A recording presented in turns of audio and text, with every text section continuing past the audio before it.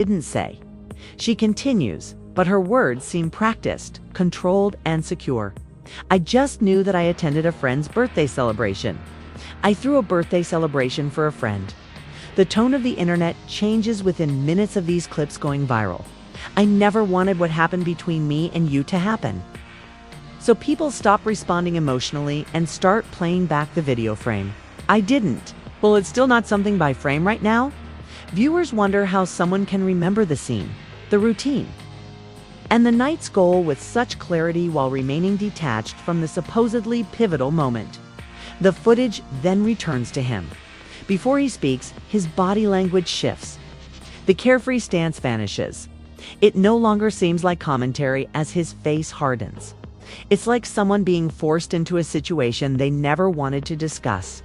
What happened between you and me was not what I wanted to happen. To be honest, I wish I could go back a few months.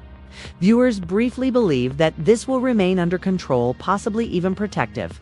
However, he eventually loses patience, not loudly, but firmly.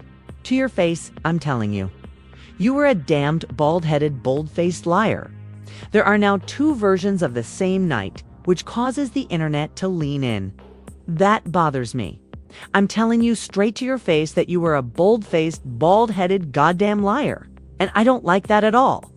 All right, we were sitting next to each other that evening. One encased in selective memory and cautious words. The other was based on sequencing, detail, and irritation. Additionally, people aren't not yet picking sides. Which version departs is up to them to decide. Fewer unresolved questions. Chris, always go to the roof. You guys said underscore it. Come see me at Roof Chris. You guys and I met at Roof Chris. Zoe and you. Mandy and his homeboy enter. All right, now that you and I have been hanging out for 3 times, Mendeecees appears out of nowhere. All right, you can now make whatever the hell you responded to. And that's where everything shifts. The reaction doesn't blow out immediately. Simmers appear immediately following the circulation of those clips. The internet doesn't make snap decisions. It begins to organize. Viewers don't quarrel about emotions. Sequence is a point of contention. They go back. Take a moment. They compare her and his statements to see where the narrative veers rather than to determine who is correct. Tamar's version remains light contained on one side. She recalls the setup. Love, you didn't throw me a party. Why? Why are you acting in this way? Why? Why is it so crucial that you tell this story as if you were doing something for a buddy and a friend did the night? It's the goal and the subsequent routine. She recalls returning home, taking a shower, cleaning her face, and performing routine movements. The center of gravity, the area of the night around which everything now spins, is what she cannot recall. Conversely, Funky speaks in sequence rather than in bits and pieces. He begins with something basic. Not drama, but food. Hunger, secrets, late nights, businesses shutting, people phoning each other, and figuring out where to eat. The kind of evening that seems laid back until it's not. He talks about meeting Chris on the top, getting there with Zoe, and then seeing Mendeecees enter without warning. This is the 3rd time they've gone out together, not the 1st. On the internet, that detail sticks. The feeling at that precise time is not captured by viewers. They become fixated on the number. 3rd time, patterns don't require desire to be acknowledged. Questions can be raised simply by repetition. It also depends how he says it. He doesn't make it dramatic. He makes no accusations. All he does is mark it. The night continues to move after that. Plans alter. Locations change. Buckhead V12 sauce. Automobiles are abandoned. Rides are organized. And Funky becomes more irritated with each change. Not because of where they went, but rather because of the subsequent framing of the story. You didn't host a party for me. Why are you writing this story? Viewers claim that the timeline breaks at that point because they nearly perished when they woke up in a pool of blood during Tamar's interview. I didn't play it during this interview, but when you're going online, you claim to have nearly died when you woke up in a pool of blood. The anchor is the phrase, friend's birthday party. They stated, we need to call the ambulance. When you mention that you were at home with David or someone else, it's the night's moral framing.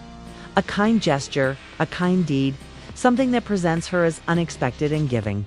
However, that anchor is entirely removed in Funky's version. No ornamentation.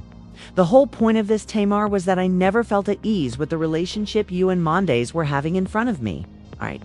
You were sitting on top of him in your booty shorts during the entire song video. Every time we met, he would meet us at restaurants. There were no indications, no assembly focused on him. Just people using the internet, eating, riding, moving across the city, and rearranging dots. Recognizes the significance of such distinction. Commenters remind out that DC has survived kissing in the back of that terrible automobile and that a birthday party isn't. They wanted to be up there alone, I assumed. For this reason, when we were left off at Tamar's, I didn't go upstairs in the house. You were sitting on his lap in that goddamn automobile, so I got in my damn car and drove home. This isn't just an occasion. It's an explanation.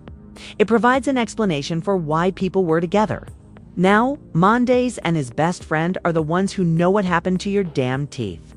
Why feelings could be disregarded. Why it is possible to ignore unexpected details.